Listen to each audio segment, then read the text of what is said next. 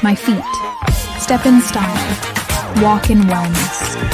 Dan ini hanya sebatas keterwakilan atau politik balas budi dari Pak Prabowo, mengingat ambisi dari Pak Prabowo sangat besar, mengejar.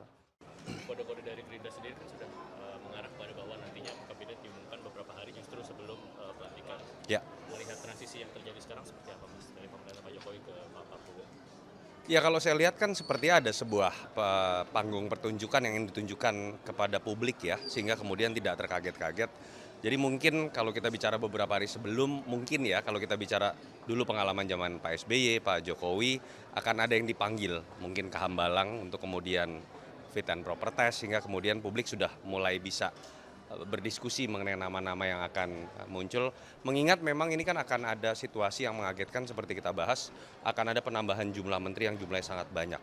Keterwakilan dari partai-partai juga jumlahnya terbanyak bisa dikatakan dalam beberapa waktu rezim terakhir.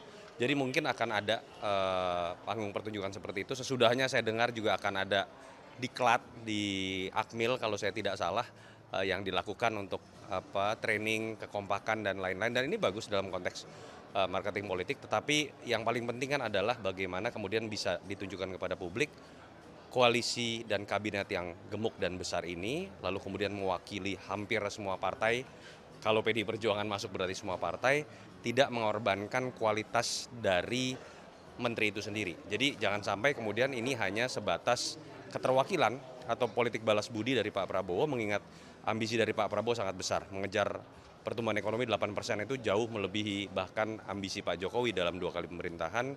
Jangan sampai kemudian keterwakilan itu tapi mengorbankan kualitas dari kabinet yang harusnya menjadi zakon kabinet atau kabinet ahli.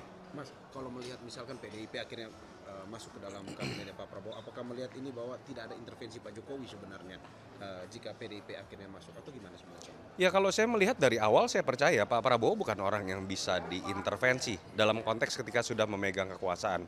Dan memang itu yang dibutuhkan ya, sedekat apapun Pak Prabowo dengan siapapun, dengan ketum-ketum partai, dengan mantan presiden, ketika sudah memegang hak prerogatif sepenuhnya, terutama terkait dengan pilihan koalisi, menentukan nama-nama menteri di kabinet, sepenuhnya harus jadi kewenangan dari Pak Prabowo. Dan kita tahu Pak Prabowo kan dianggap tegas, dan kita berharap Pak Prabowo bisa menunjukkan ketegasan lebih dibandingkan presiden-presiden sebelum, sehingga ketika berbicara betul demokrasi yang menampung semuanya, persatuan nasional, tapi betul-betul memang nama-nama menteri yang kemudian dipilih bukan didasarkan keinginan ketum tapi keinginan Pak Prabowo. Kita harapkan itu bisa jadi kekuatan awal yang membedakan Prabowo misalnya dengan presiden sebelum yang dianggap tersandera secara politik. Itu berarti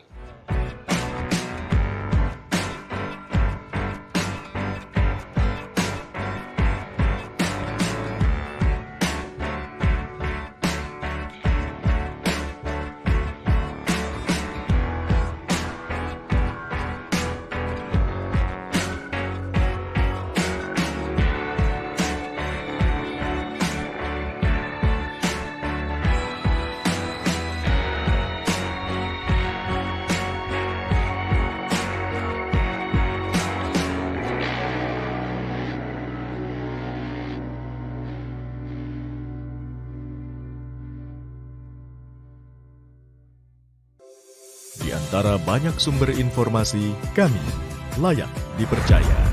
Karena kami menggali lebih dalam, berpihak pada kebenaran,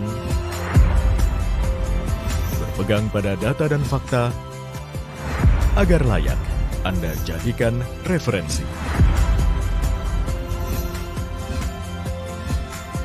Kompas TV, independen, terpercaya.